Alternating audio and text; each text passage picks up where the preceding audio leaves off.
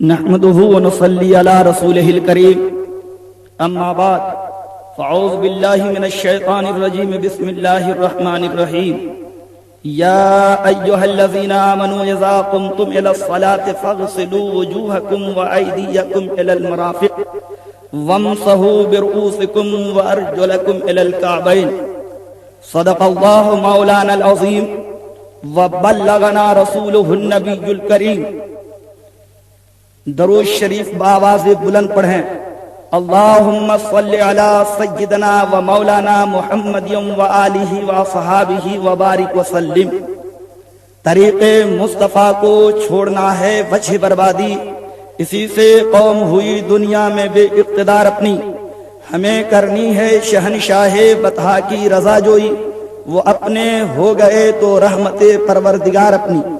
بلکہ ہر عاشق رسول کی یہی تمنا اور خواہش ہونی چاہیے کہ الہی تبلیغ سنتوں کی کرتا رہوں ہمیشہ، ہو سنتوں میں مرنا ہو سنتوں میں جینا. میرے پیارے اسلامی بھائیوں اور بہنوں، آج میری تقریر کا عنوان وضو و غسل اور تیمم ہے. جیسا کہ قرآن شریف میں بالترتیب مذکور ہے، تمام عبادتیں خاص کر نمازوں کے لیے صفائی اور پاکی بہت ہی ضروری ہے. بغیر پاکی کے کسی کی نماز ہی نہ ہوگی، بلکہ جان بوجھ کر بغیر پاکی نماز پڑھنے والے کو علماء اسلام نے کافر لکھا ہے.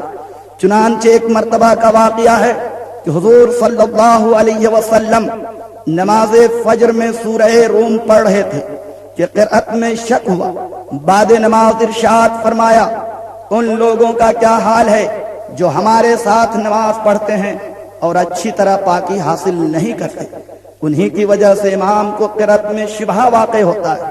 جب امام الانبیاء صلی اللہ علیہ وسلم کے پیچھے ناقص یعنی انکمپلیٹ اور ادھوری پاکی سے نماز پڑھنے کا یہ وبال ہے، تو ناپاک نماز پڑھنے کی نحوست اور بے برکتی کا کیا حال ہوگا، ذرا سوچیے. بلکہ اس صورت میں عبادت کی توہین و بے ادبی ہوئی جو کفر ہے معاذ اللہ. اس حدیث پاک سے ہمارے وہ ائمہ حضرات ناجائز فائدہ نہ اٹھائیں جو خود ہی کامل طہارت اور صحیح پاکی کا خیال نہیں رکھتے اور شبہہ کی صورت میں یہی حدیث مذکورہ کو سنا کر اپنی خامی و کمی پر پردہ ڈال لیتے. حالانکہ اس حدیث پاک سے ائمہ حضرات درس عبرت حاصل کریں اور سبق سیکھیں کہ جب کسی مقتدی کی کمی سے امام کی قرأت پر شبہ واقع ہو جاتا ہے تو امام کی کمی سے تمام مقتدیوں کی نمازوں پر کیا کچھ اثر پڑے گا، اور امام کو بجائے ثواب کے بروز قیامت گناہوں کا کتنا بڑا بوجھ اٹھانا پڑے گا. کوئی بتا سکتا ہے؟ ہرگز نہیں. امامت کی ذمہ داری بہت ہی بڑی چیز ہے.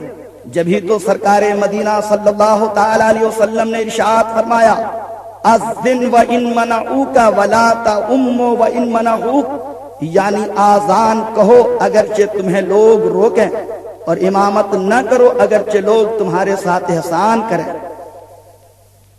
اس لیے ائمہ حضرات طہارت و پاکی کا بھرپور خیال رکھ کر نماز پڑھیں اور پڑھائیں تاکہ بجائے گناہ کے اجر عظیم کے خود مستحق بنے. حقیر فقیر سراپا تقصیر خود بھی ادنا سا امام ہے. جبھی تو اکثر میں کہا کرتا ہوں کہ منصب امامت جہاں پر ذریعہ نجات ہے وہیں پر ذریعہ ذلت بھی ہے. امامت در حقیقت آج کے زمانے میں کانٹوں کا تاج ہے. کل کے امام خوش نصیب کیونکہ ان کی قوم قدرداں تھی. آج کے مقتدی خوش نصیب کیونکہ آج امام کی حالت قوم نے کیا کر دی ہے. خود ہی دل سے فیصلہ لیں اور بس. یاد رکھیے یہ تمام باتیں میں احیاء سنت یعنی سنت زندہ کرنے کے جذبے سے کہہ رہا ہوں. اس سے میری کوئی دنیاوی غرض نہیں. چنانچہ آپ بھی سنتوں کے زندہ کرنے میں لگ جائیے، کیونکہ حضور صلی اللہ علیہ وسلم کا ارشاد ہے کہ من تمسک سنتی عند فساد امتی فلہ اجر مئت شہید، یعنی جس نے میری امت کے اختلاف کے وقت میری سنت کو مضبوطی سے تھاما تو اس کے لیے 100 شہیدوں کا ثواب ہے. اور حضور اکرم صلی اللہ علیہ وسلم نے ارشاد فرمایا، من احب سنتی فقد احبنی ومن احبنی کان معی فی الجنہ، یعنی جس نے میری سنت سے محبت کی اس نے مجھ سے محبت کی، اور جس نے مجھ سے محبت کی وہ میرے ساتھ جنت میں ہوگا۔ اور اگر خدا نہ خواستہ آپ نے بجائے سنت زندہ کرنے کے سنت کو ضائع و برباد کیا تو ہمارے آقا و مولا صلی اللہ علیہ وسلم نے ارشاد فرمایا، من دعیا سنتی حرمت علیہ شفاعتی، یعنی جو میری سنت کو پامال کرے گا، برباد کرے گا، وہ میری شفاعت اور سفارش سے محروم رہے گا۔ اسی طرح ایک مقام پر ارشاد فرمایا ہم سب کے آقا و مولا صلی اللہ علیہ وسلم نے، اول ذہاب الدین ترک السنہ، یعنی دین کے مٹنے کی ابتدا سنت کی پامالی سے ہے۔ حضور صلی اللہ علیہ وسلم کا ارشاد ہے، الصلاۃ مفتاح الجنت والطہارۃ مفتاح الصلاۃ، یعنی جنت کی کنجی نماز ہے اور نماز کی کنجی پاکی ہے۔ سب سے پہلے وضو کا بیان سنیے اور اس پر عمل کیجیے۔ وضو کے بارے میں اللہ تعالیٰ کا حکم ہے، یا ایھا الذین آمنوا اذا قمتم الی الصلاۃ فاغسلوا وجوہکم وایدیکم الی المرافق وامسحوا برؤوسکم وارجلکم الی الکعبین، یعنی اے ایمان والو، جب تم نماز پڑھنے کا ارادہ کرو تو اپنے چہروں اور کہنیوں تک ہاتھوں کو دھو اور سروں کا مسح کرو اور ٹخنوں سمیت پاؤں دھو۔ قرآن شریف کی اس آیت مقدسہ میں رب قدیر نے 4 چیزوں کا بیان فرمایا، جن میں سے ایک چہرہ کا دھونا، دوسرا کہنیوں تک دونوں ہاتھوں کا دھونا، تیسرا چوتھائی سر کا مسح کرنا، چوتھا ٹخنوں سمیت دونوں پاؤں کا دھونا۔ یہی 4 چیزیں وضو کے اندر فرض ہیں، جن کے چھوٹنے سے وضو نہ ہوگا۔ وضو کے سلسلے میں چند احادیث پاک بھی سماعت فرمائیں۔ حضور اکرم صلی اللہ علیہ وسلم نے ارشاد فرمایا، من توضا للصلاة فاحسن الوضوء کان من الخطیئۃ کیوم ولدتہ امہ، یعنی جو نماز کے لیے وضو کرے تو اچھا وضو کرے تو وہ گناہ سے ایسا پاک ہو جیسا کہ اس کی ماں نے اس کو اسی وقت جنا ہو۔ حضور صلی اللہ علیہ وسلم نے ارشاد فرمایا، لا صلاة لمن لا وضوء له ولا وضوء لمن لم يذكر اسم اللہ علیہ، یعنی جس کا وضو نہیں اس کی نماز نہیں، اور جو بسم اللہ شروع میں نہ پڑھے اس کا وضو نہیں۔ نبی رؤوف رحیم صلی اللہ علیہ وسلم کا ارشاد ہے، الوضوء علی الوضوء نور علی نور، یعنی وضو پر وضو کرنا نور پر نور ہے۔ اسی طرح ایک مرتبہ ارشاد فرمایا، جو شخص وضو پر وضو کرے اس کے لیے 10 نیکیاں لکھی جائیں۔ اور ایک موقع پر حضور نے فرمایا، جو آدمی سردی میں پورا وضو کرے تو اس کے لیے دونا ثواب ہے۔ ایک حدیث پاک کا مفہوم ملاحظہ کریں، حضور اکرم نور مجسم فخر آدم و بنی آدم مالک رقاب صلی اللہ تعالی علیہ وسلم نے ارشاد فرمایا کہ جو شخص وضو میں ایک ایک بار اپنے عضو کو دھوئے تو یہ ضروری بات ہے، اور جو 2 بار دھوئے تو اس کو دھونا ثواب ہے، اور جو 3 بار دھوئے تو یہ میرا اور اگلے نبیوں کا وضو ہے۔ وضو واو کے پیش کے ساتھ لغت میں روشن و چمک کو کہتے ہیں۔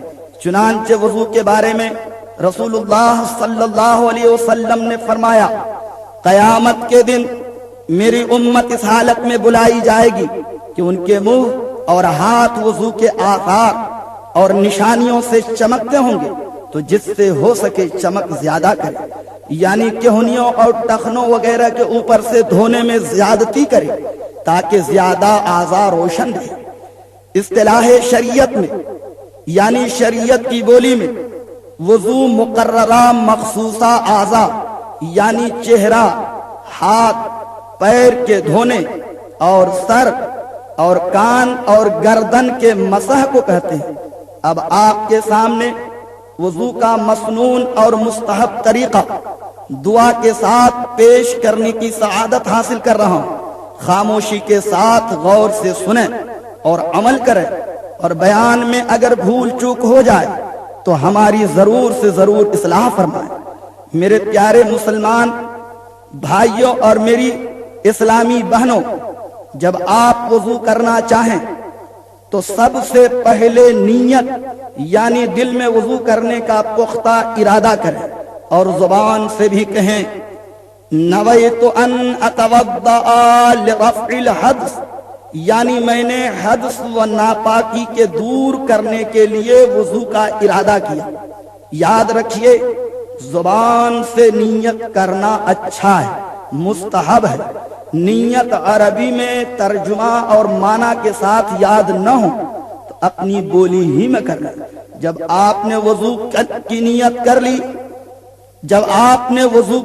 کر لی تو اب وضو کرنے پچھم طرف قبلہ منہ اونچی جگہ بیٹھے اور وضو کا پانی پاک جگہ گرائیں، اور اگر قبلہ منہ اونچی جگہ نہ ہو تو جہاں چاہیں پاک جگہ بیٹھ جائیں۔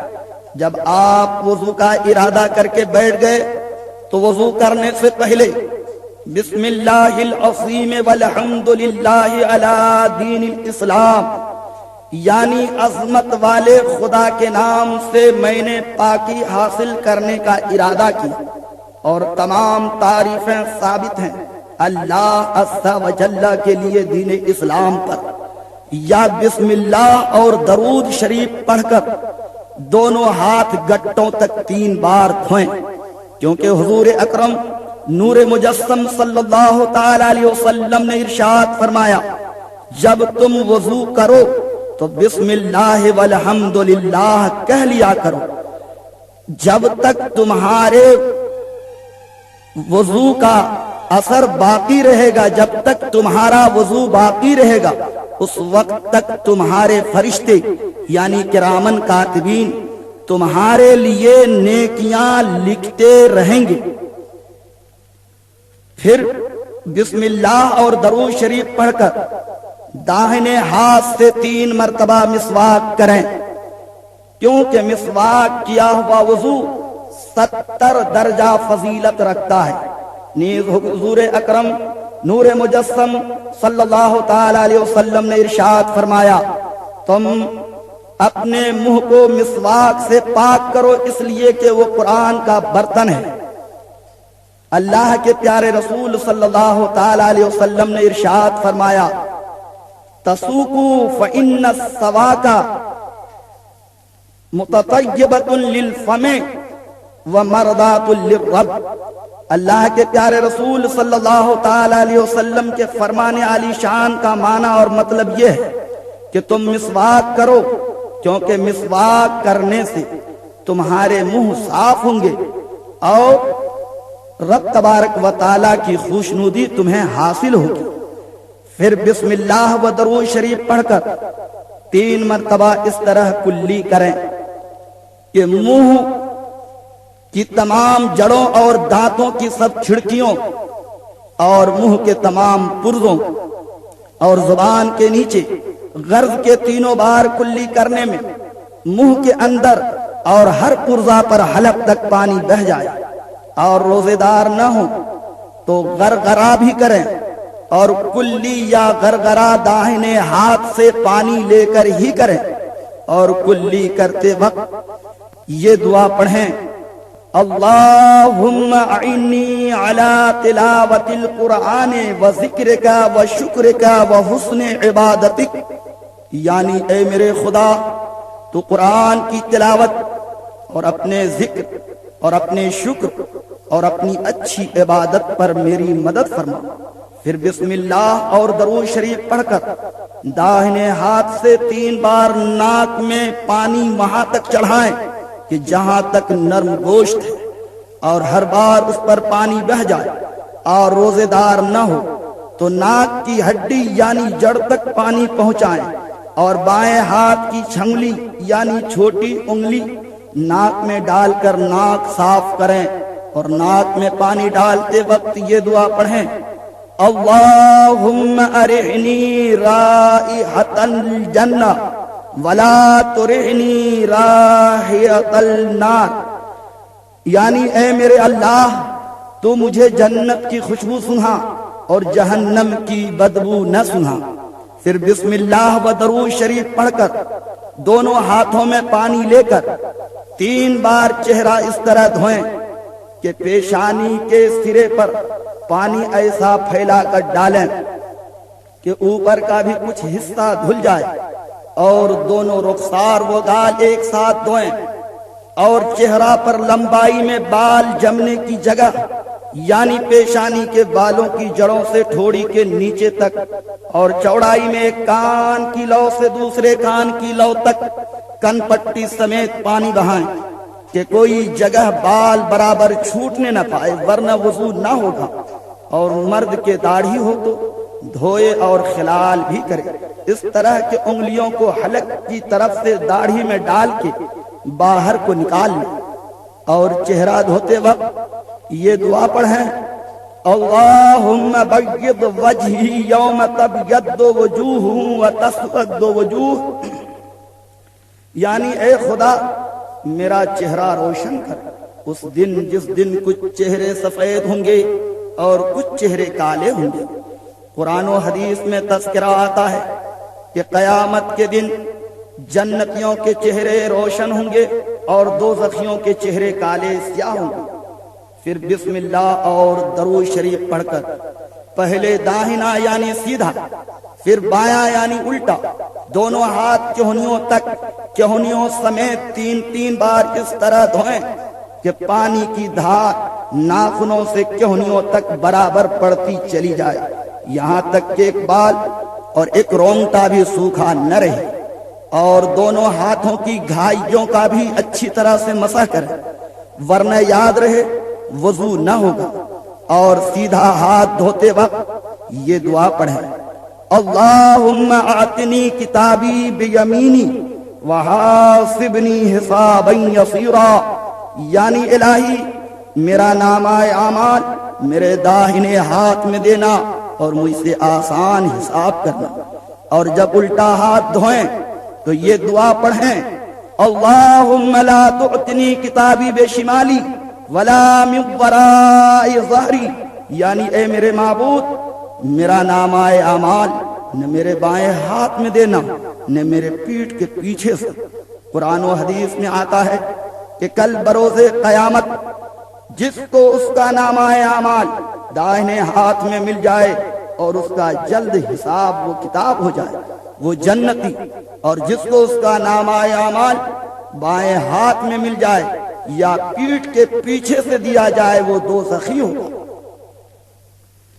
پھر بسم اللہ اور درود شریف پڑھ کر اپنے پورے سر کا مسح اس طرح کریں کہ دونوں ہاتھ تر اور بھگا کر کے دونوں انگوٹھے اور کلمہ کی دونوں انگلیاں چھوڑ کر ایک ہاتھ کی 3 انگلیوں کی نوک دوسرے ہاتھ کی 3 انگلیوں کے نوک سے ملائیں، اور ان 6 انگلیوں کے پیٹ شروع پیشانی یعنی ماتھے کے اوپری بال پر رکھ کر پیچھے کی طرف گدی تک اس طرح لے جائیں کہ کلمے کی دونوں انگلیاں اور دونوں انگوٹھے اور دونوں ہاتھ کی ہتھیلیاں سر سے بالکل جدا اور الگ رہیں۔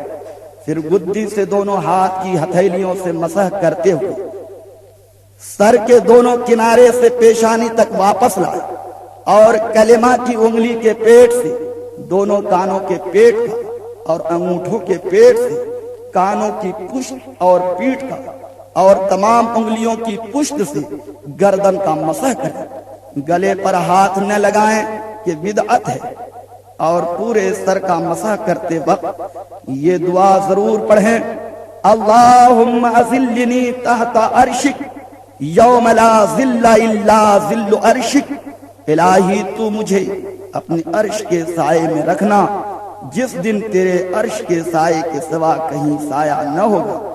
اور کانوں کا مسح کرتے وقت یہ دعا پڑھیں، اللہم اجعلنی من الذین یستمعون القول فیتبعون احسنہ، یعنی اے میرے اللہ تو مجھے ان لوگوں میں کر دے جو بات سنتے اور اچھی بات پر عمل کرتے ہیں۔ اور گردن کا مسح کرتے وقت یہ دعا پڑھیں اللہم آتق رقبتی من النار، یعنی الہی میری گردن آگ سے آزاد کر دے۔ پھر بسم اللہ اور درود پاک پڑھ کر پہلے داہنا پھر بایاں دونوں پاؤں 3 بار ٹخنوں کے اوپر آدھے پنڈلی تک دھوئیں، اور دھونے میں ہر بار پانی پاؤں کے ناخنوں کی طرف سے ٹخنوں کے اوپر تک لائیں کہ یہی سنت ہے۔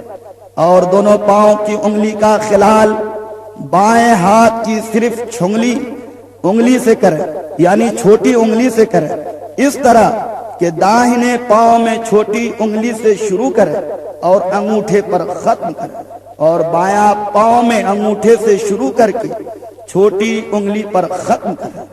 اور داہنا پیر دھوتے وقت یہ دعا پڑھیں اللہم ثبت قدمی علی الصراط یوم تزل الاقدام، یعنی اے خدا میرا قدم پل صراط پر ثابت رکھ جس دن اس پر قدم پھسلیں۔ اور بایاں پاؤں دھوتے وقت یہ دعا پڑھیں اللہم اجعل ذنبی مغفورا وسعی مشکورا وتجارتی لن تبور، یعنی اے اللہ میرے گناہوں کو معاف کر دے اور میری کوشش کو کامیاب بنا اور میری تجارت ہلاک نہ ہو۔ وضو کے بعد میانی پر کچھ پانی ہلکا سا چھڑک لے کہ شیطانی وسوسہ کو دور کرتا، پھر بچا ہوا پانی آفتابہ کا یا نل سے کچھ پانی چلو میں لے کر کھڑے ہو کر پی لے کے شفا بخشتا ہے، اور آسمان کی طرف منہ کر کے سبحانک اللہم وبحمدک اشہد ان لا الہ الا انت استغفرک واتوب الیک، اور کلمہ شہادت اور یہ دعا پڑھیں اللہم اجعلنی من التوابین واجعلنی من المتطہرین، یعنی اے خدا تو مجھے توبہ کرنے اور پاک رہنے والوں میں بنا دے، آمین۔ اور پھر انا انزلناہ کی پوری سورہ پڑھیں۔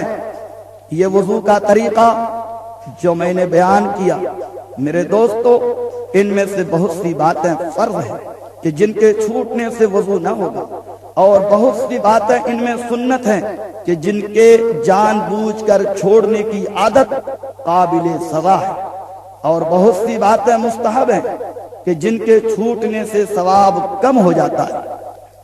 اب آپ کا وضو مکمل ہو گیا، چنانچہ وضو کے بعد غسل کا مختصر سا بیان بھی سن لیں۔ اللہ تبارک و تعالیٰ کا ارشاد ہے وَإِن كُنتُمْ جُنُبًا فَاتَّطَہَّرُوا، اگر تم جنب و ناپاک ہو تو خوب پاک ہو جاؤ۔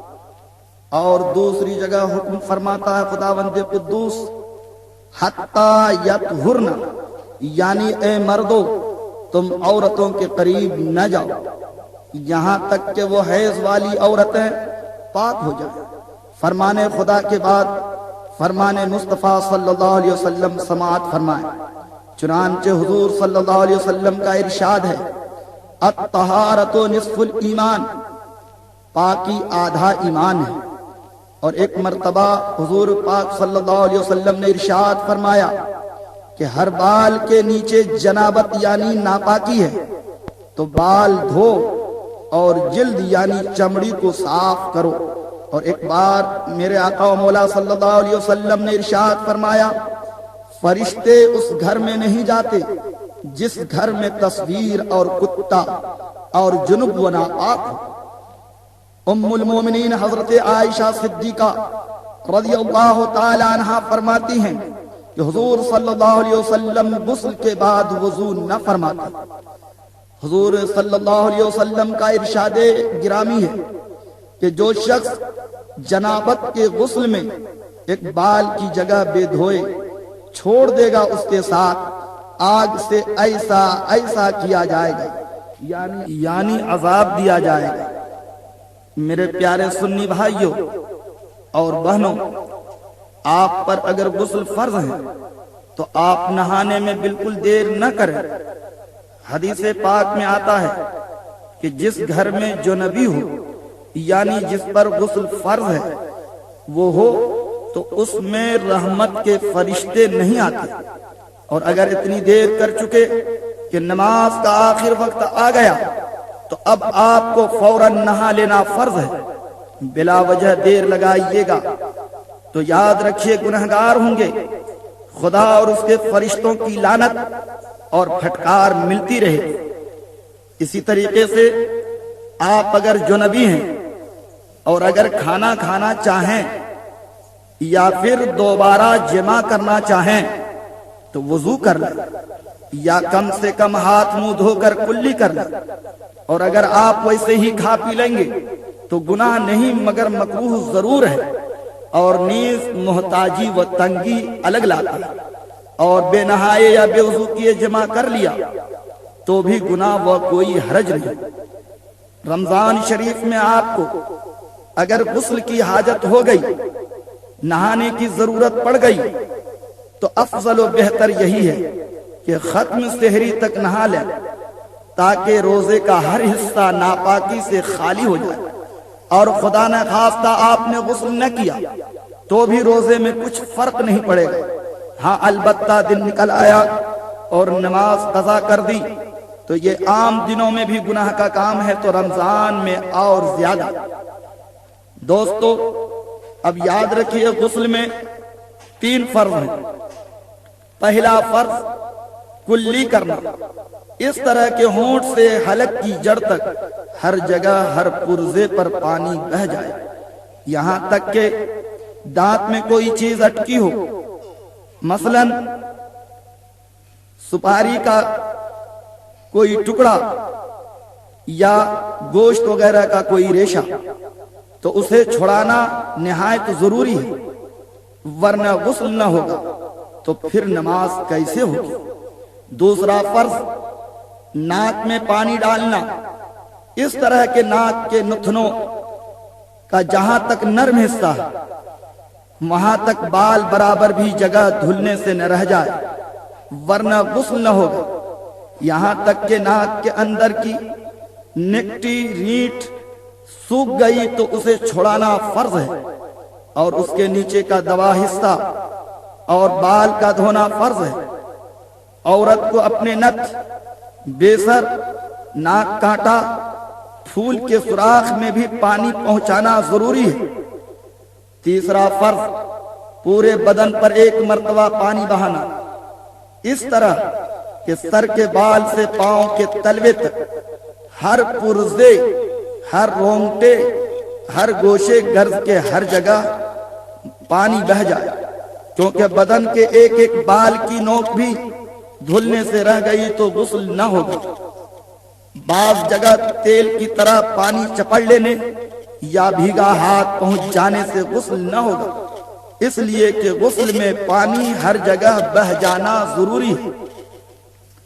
عام لوگوں کے علاوہ بہت سے پڑھے لکھے بھی خیال نہیں کرتے اور سر پر پانی ڈال کر بدن پر صرف بھیگا و تر ہاتھ پھیر لیتے اور سمجھ بیٹھتے کہ غسل ہو گیا، حالانکہ بعض جگہیں مثلا کان کا ہر پرزہ، کان کے سوراخ کا منہ، کان کے پیچھے کا حصہ، تھوڑی گلے کا جو، ہاتھ کی دونوں بغلیں، تون کی بیلٹیں، ناف، ران، پنڈلی، پیڑو کا جوڑ، دونوں سرین کے ملنے کی جگہ، شرمگاہ کا ہر گوشہ اوپر نیچے، عورت کے لیے کان کے بالی کے سوراخ، پیٹ کے جوڑ کی جگہ، سر کے ہر بال پر جڑ سے نوک تک ایسی ہیں کہ غسل میں جب تک خاص طور پر ان جگہوں کا خیال نہ رکھیں گے یہ جگہیں نہیں دھل پائیں گی، اور نتیجہ یہ نکلے گا کہ نہ غسل ہوگا نہ نماز ہوگی۔ اسی طرح نیل پالش وضو اور غسل میں چھڑا کر دھونا ضروری ہے، ورنہ وضو اور غسل نہ ہو۔